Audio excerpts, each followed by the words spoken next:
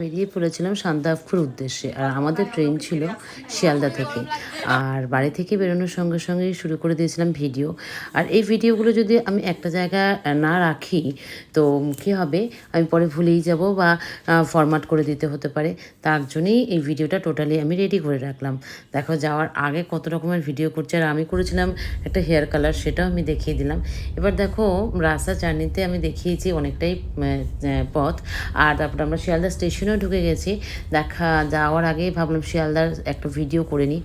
আর আমার ছেলে যেহেতু পরীক্ষা চলছিল, বেশ আমি প্রায় 6 মাস পরেই ঘুরতে পেরেছি, তো একটা এক্সাইটমেন্ট তো ছিলই। তো যথারীতি শিয়ালদা স্টেশনে আমরা পৌঁছে গেছিলাম। দেখো ব্যস্ত হয়ে গেছে লাগেজ নিয়ে আমার ছেলে আর আমার বর। যথারীতি ট্রেনও আমরা পেয়ে গেছি। আর বলে রাখি মাঝখানে আমরা কিন্তু দুটো গাড়িতে এসেছিলাম। আর আমাদের সাথে বান্টি ছিল না, বান্টি ছিল আদিত্যদা অর্পিতাদের সাথে। আমার সাথে রাই, আমার ছেলে, আমার বর আর আমি ছিলাম।